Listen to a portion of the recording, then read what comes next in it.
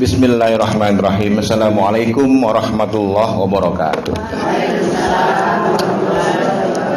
Innal hamdalillah wassalatu wassalamu ala Rasulillah wa ala alihi wa sahbihi wa mawalah, amma ba'd.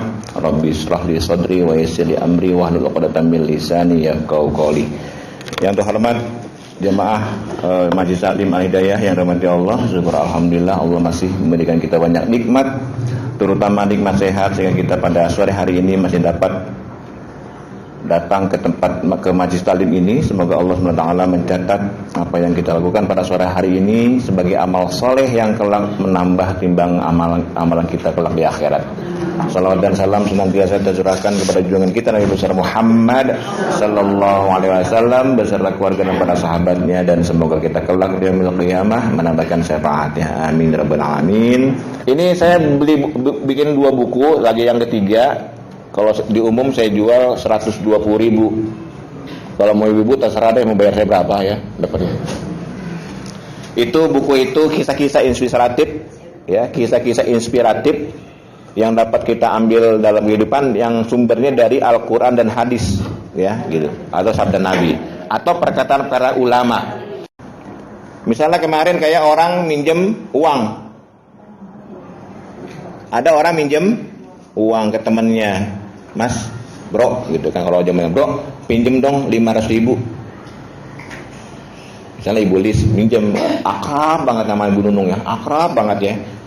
Gue sering curhat, sering berbagi, sering nasihatin. Tiba-tiba Lis butuh uang 500.000 ke Bu Nung di WA. Bu Nung, saya butuh 500.000, minjem dong 500.000. Kata Ibu Nung, sebentar ya Bu Lis ya, tunggu sejam ya, nanti saya transfer gitu kan. Terus setelah sejam ternyata tidak ada kabar dari Bu Nung. Lis nungguin aja WA. Di WA, bagaimana Bu Nung? Ada gak? Kalau WA itu kan kalau misalnya pesan kita nyampe, ada apanya? Ada tanda ya. Kalau kita WA ke orang, itu kan kalau misalnya tanda pesan kita nyampe ada tandanya ya, conteng 2 ya. Ini enggak, cuma conteng 1. Berarti apa? Berarti nggak nyampe kan? Wah, nggak aktif HP-nya Bu Nung dimatiin. Ditelepon sama Bu Lis, nggak diangkat, nggak nyambung, mati. Nomor yang Anda tuju tidak aktif. Kesel selis, dasar orang nih, pelit banget, pakai dimatiin lagi, pakai menghindar lagi kan gitu kan? Itu Ibu Lis ngomong seperti itu. Ditelepon nggak diangkat juga, di WA. Ente bagaimana sih Bu Nung? Minjem 500.000 aja pakai kabur, pakai ngindar, bilang aja nggak punya, gitu kan? Nah tiba-tiba 5 menit kemudian pesan yang Ibu Lis kirim nyampe ke Bu Nung. Bu Nung baca itu, kaget dia baca tulisan dari Bu Lis. Diteleponlah Bu Lis. Bu Lis, bukannya saya menghindar, tadi sejam yang lalu ketika Ibu Lis WA saya jual HP saya ke orang lain. Saya ke counter nih jual HP saya, alhamdulillah dapat 1.500.000. Terus saya beli HP bekas yang harga 1 juta. Ada sisa 500. Ini 500 gunanya untuk membantu keperluan Ibu Lis. Ada gak orang kayak gitu, sahabat kayak gitu? Nah itu artinya untuk menjaga perasaan suuzon kepada orang lain. Nah itu kira-kira cerita inspiratif seperti itu dalam buku saya itu ya. Ada lagi, jangan menjadi kompor untuk orang lain. Apa kompor lu? Provokator ya, jangan jadi kompor orang lain. Yang pertama ya, kasus pertama nih. Ada seorang bertanya pada temannya, kamu kerja di mana? Ya, dan ditanya orang kan, teman-temannya, kamu kerja di mana? Saya kerja dengan si Fulan, dengan si Anu, gitu kan? Berapa dia gaji kamu? Berapa dia gaji kamu? 1 juta. Kaget temannya. Hah? Kamu kerja sama dia digaji cuma 1 juta? Dia kan teman kamu, cuma 1 juta sebulan. Wah, keterlaluan itu, gitu kan? Dia benar-benar tidak menghargai kamu sebagai temannya, gitu kan? Akhirnya apa? Si A yang tadinya dia menyukai pekerjaannya, akhirnya karena diomongin sama temannya itu, 1 juta, tega banget teman kamu, gitu kan? Akhirnya apa? dia jadi tidak suka pekerjaannya. Dia malah nuntut kenaikan gaji oleh si fulan itu. Akhirnya fulan nggak bisa naikin gaji. Ya sudah, akhirnya karena nggak ada naikin gaji, dia berhenti dari kerjaannya. Akhirnya dia tidak punya kerjaan dan menjadi penganggur. Paham, Bu? Oke, itu kasus pertama. Kasus kedua, ada seorang bertanya pada temannya yang sedang hamil ya. Ada ibu-ibu lagi hamil, tanya pada temannya, suamimu nanti kalau melahirkan mau ngasih apa? Suamimu nanti ya ketika kamu melahirkan mau ngasih apa? Apa kata temannya? Nggak ada tuh, biasanya suami saya nggak ngasih apa-apa. Temannya bilang, hah? Gile, gitu kan? Kamu melahirkan suamimu nggak ngasih apa-apa? Oh, keterlaluan, dia nggak sayang kamu itu, begitu kan? Akhirnya karena mendengar perkataan itu, dia pulang ke rumah berantem sama suaminya. Mas, nanti kalau saya melahirkan ngasih apa? Ngasih apaan? Wah, dasar nggak sayang sama saya, nggak cinta. Akhirnya mereka ribut-ribut pisah. Gara-gara apa? Dia mendengar temannya ngomong itu. Paham, Bu ya? Kasus ketiga, ada kakek nenek hidup, ya, kayak misalnya bapak saya, ibu saya, ya, atau Bu Latif lah punya kakek seorang nenek, kakek tenang hidupnya ya, tenang banget, punya anaknya sudah mapan gitu ya. Kemudian tiba-tiba ada temannya berkunjung, datang, sepi amat rumah, Bu. Iya, anak-anak udah gede, udah punya rumah sendiri. Memang berapa kali anak-anak jenguk ibu, gitu ya? Berapa kali anak-anak jenguk ibu? Ya, kalau mereka sempat saja, mereka sibuk, gitu kan? Apa kata temannya? Kalian percaya bahwa mereka sibuk sehingga tidak sempat untuk menjenguk kalian sebagai orang tuanya? Kalau mereka sayang kepada orang tuanya, dia pasti akan sering berkunjung ke rumah orang tuanya. Akhirnya apa? Si kakek nenek tadi yang tadi hidupnya tenang, tidak ada beban apa-apa, mendengar perkataan dari temannya, akhirnya apa? Dia jadi pikirannya akhirnya tidak ridho pada anaknya karena jarang dikunjungi. Nah, inilah yang dimaksud jangan menjadi kompor bagi kehidupan orang lain.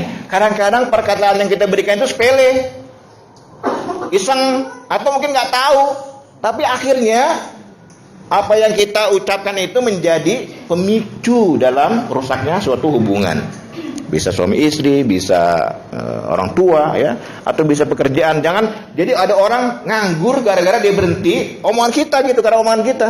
Kamu mau digaji segitu? Padahal waktu dia digaji segitu dia fan-fan aja, cukup.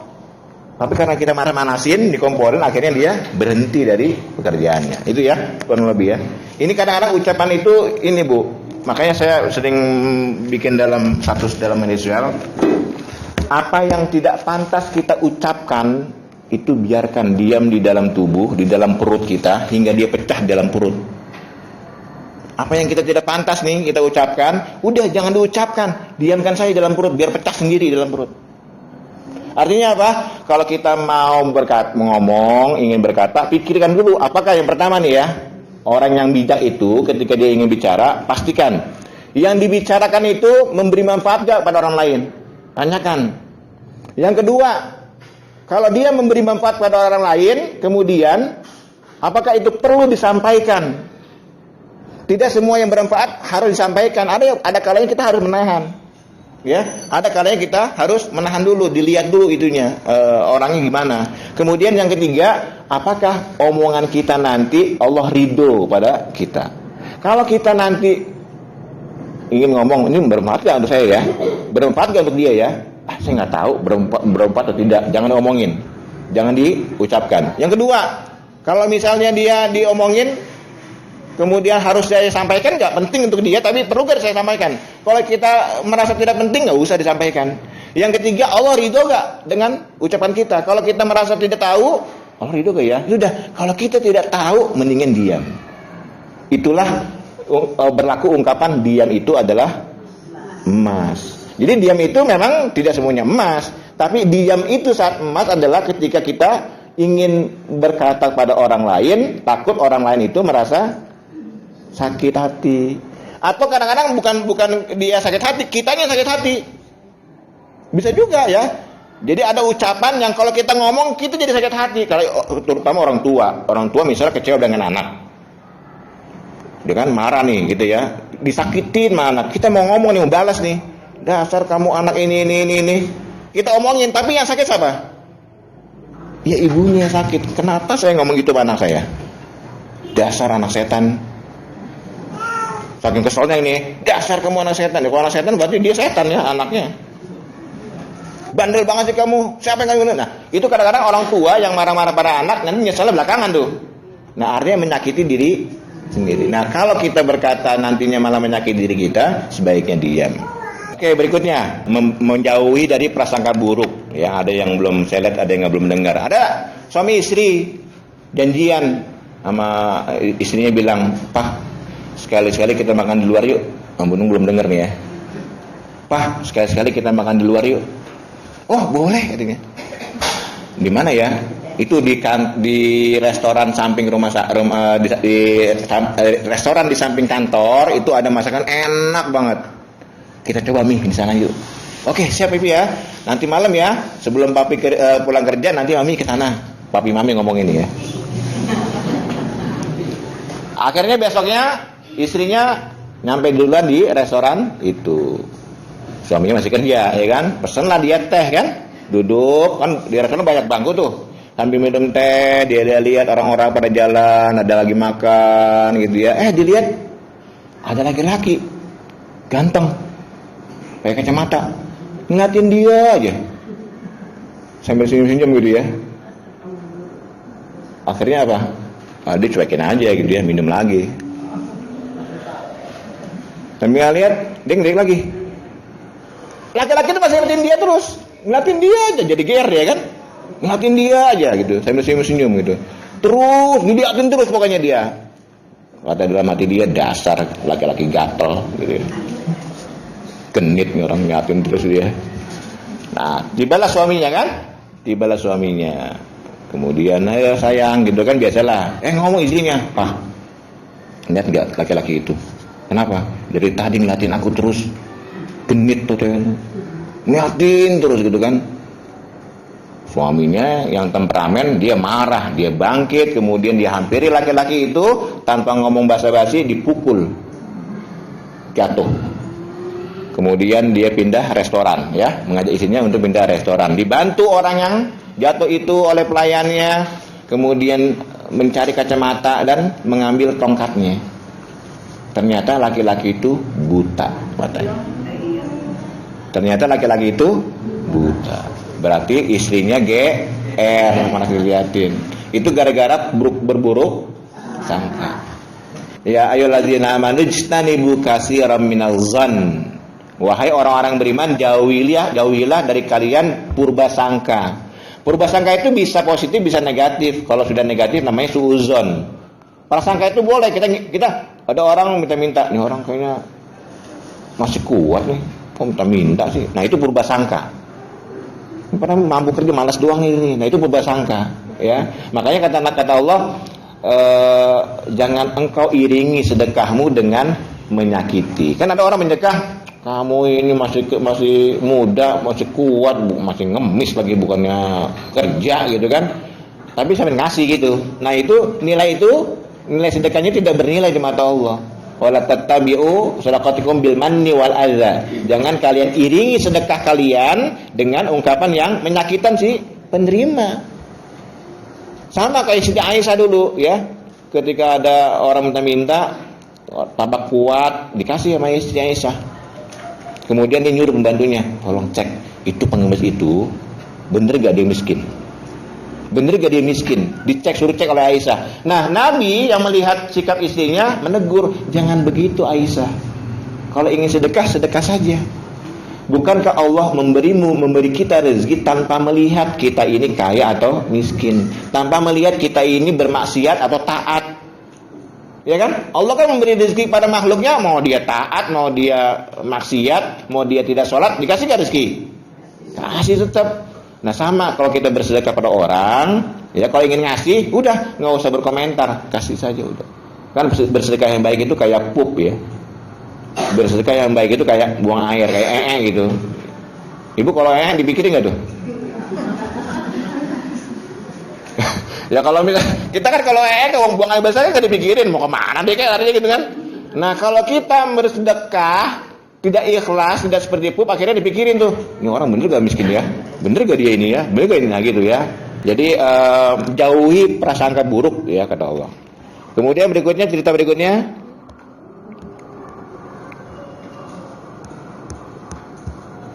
apa? Ada seorang sahabat, ada 2 orang sahabat juga nih, akrab mereka.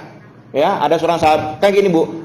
Beda antara teman, sahabat, ada lagi namanya khalil. Tingkatan sahabat ya. Kalau teman, saya dengan Gunung teman, kenal. Tapi teman begitu aja, kenal saja. Kalau tanya, kenal gak Gunung? Kenal, ya. Kakaknya apalagi teman main saya gitu kan. Misalnya kenal, itu teman tuh. Kalau ibu kenal, biasanya satu RT, satu sekolahan, satu kuliah, satu kerja, itu teman. Ada lagi di atas teman itu sahabat namanya. Sahabat itu lebih akrab dari teman. Sahabat itu bisa udah curhat. Jadi kalau misalnya ada teman ibu curhat kepada ibu, itu berarti dia sudah menganggap ibu sebagai sahabatnya. Kalau dia masih teman, dia masih malu-malu untuk curhat, itu belum teman, ya. Belum sahabat, masih teman saja. Tapi kalau dia sudah curhat, kemudian dia menganggap bahwa kita sahabatnya. Nah, orang yang dianggap sahabat oleh seseorang, maka dia harus menutup rapat-rapat ceritanya. Nggak boleh.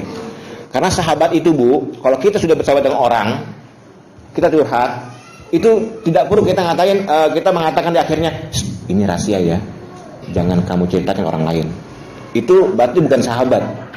Jadi kalau sahabat, Bu, ibu cerita ke orang nih, ke teman ibu, ke sahabat ibu tidak perlu bilang, ini rahasia ya, cuma kamu aja yang tahu, nggak usah kamu jelasin ke orang lain. Nah, itu bukan sahabat. Ya, yang namanya sahabat itu kalau kita cerita udah yakin bahwa dia tidak mungkin menceritakan ke orang lain, itu sahabat. Ada lagi tingkatnya yang lebih atas lagi, namanya khalil. Khalil itu di atas sahabat. Khalil itu udah seperti apa ya? Kalau sahabatnya itu sakit, dia merasakan sakit. Kalau dia sedih, dia ikut sedih. Kalau sahabatnya susah, dia ikut susah. Itu khalil. Nah, Nabi dengan Abu Bakar itu khalil. Nabi dengan Abu Bakar itu khalil, bukan sahabat lagi. Kenapa? Karena Abu Bakar mengerti penderitaan dari Nabi. Bayangin Ibu ya.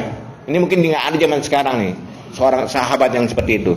Waktu keduanya bersembunyi di Gua Sur ketika mau hijrah, ya. Di Gua Sur keduanya ingin hijrah, kan dikejar-kejar tuh. Akhirnya keduanya menginap beberapa malam di Gua Sur. Guanya kecil. Akhirnya Nabi tertidur di pangkuan Abu Bakar. Tidur di pangkuan Abu Bakar. Ketika tidur ada kalajengking. Ada kalajengking naik ke kaki Abu Bakar, kemudian menggigit pahanya. Abu Bakar yang digigit oleh kalajengking, dia tidak bergeming, tidak bergerak. Kenapa? Takut sahabatnya bangun. Takut Nabi itu bangun, saking dia tidak mau mengganggu Nabi tidur, dia tahan itu sakitnya gigitan kalajengking. Sampai beliau menangis hingga tetesan air matanya itu kena kening Nabi. Bangun Nabi. Kenapa ya Abu Bakar? Nabi tidak tahu itu, ya, peristiwa itu. Baru dijelaskan oleh Abu Bakar. Nah, itu khalil. Bisa gak? Ada gak zaman sekarang tuh? Ibu Lis tidur di pangkuan Ibu Nung. Lagi tidur nyenyak, ada kalajengking di kaki Nung.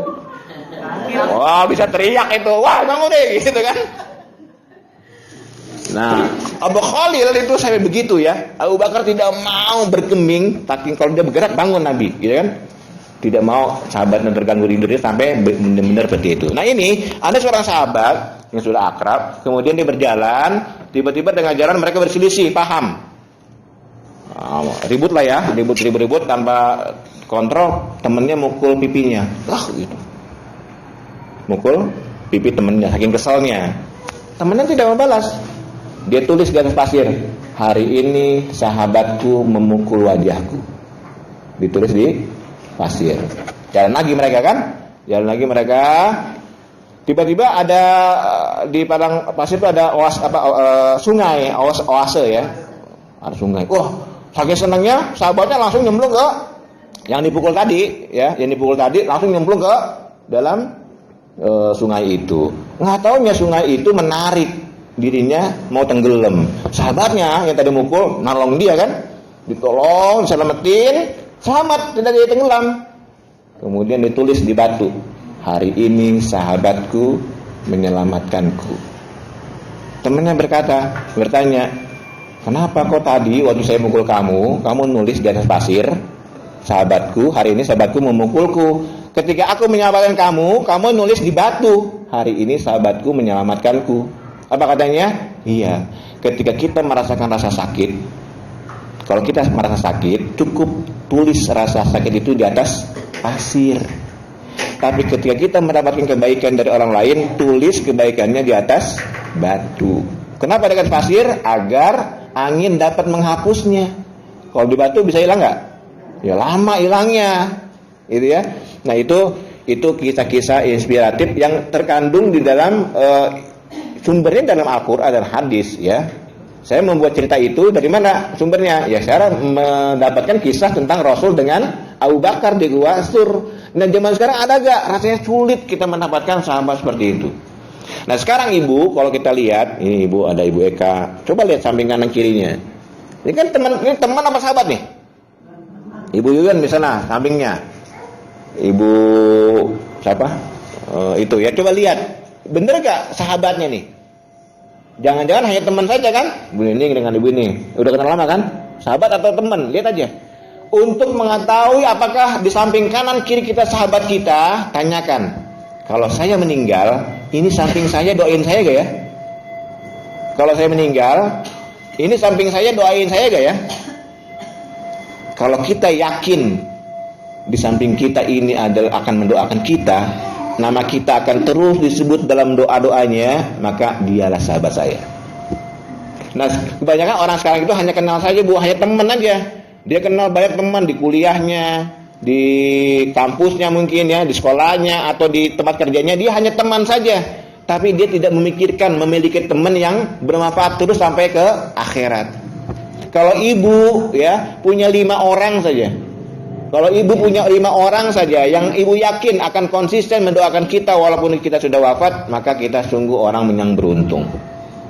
Sungguh kita orang beruntung. Jadi ketika doa, ya Allah, Rabbighfirli, ampuni aku, wali walidayya, dan orang tuaku, dan juga sahabatku ya Allah. Ya, ibu list, ya doa misalnya, ya Allah, Rabbighfirli, ampuni aku, kedua orang tuaku, dan ibu Nung ya Allah, dan Mbak Uwi ya Allah. Nama kita disebut dalam doa seseorang, itu luar biasa jemaah sekalian. Oke, sampai sini dulu ya.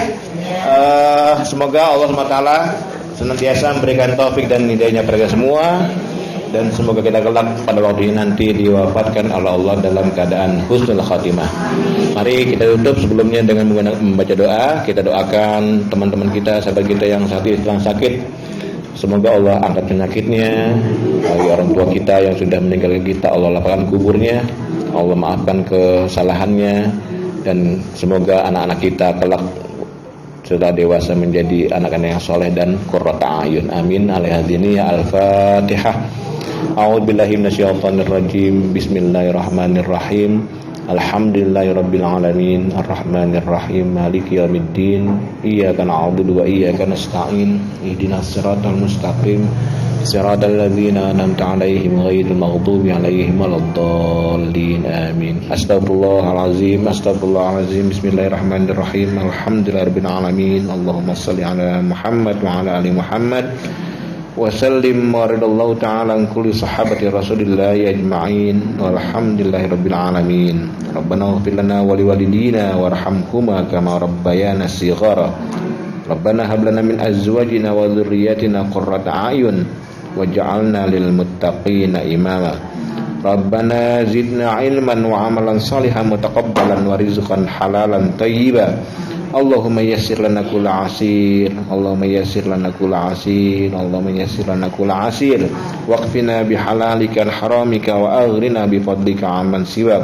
Allahumma rabban nas adhhi bil ba's ismi anta syafi la shifa illa shifauka shifaan la yughadiru saqama. Allahumma ighfir lahum warhamhum wa'afihim wa'fu anhum. Allahumma ja'al qabrahum rawdatan min riyadil jinan wa la taj'al qabrahum khufratan min khufarin niran. Rabbana taqabbal minna innaka antas sami'ul alim wa tub 'alaina innaka antat tawwabur rahim. Rabbana atina fid dunya hasanah wa fil akhirati hasanah wa qina adzabannar. Subhan rabbika rabbil izzati amma yasifun wa salamun alal mursalin walhamdulillahirabbil alamin. Sekian dari saya, mari kita tutup majelis kita dengan baca khatimul majlis. Subhanakallahumma rabbana wa bihamdika asyhadu an la ilaha illa anta astaghfiruka wa atubu ilaik. Mohon maaf atas kekurangan. Assalamualaikum warahmatullahi wabarakatuh.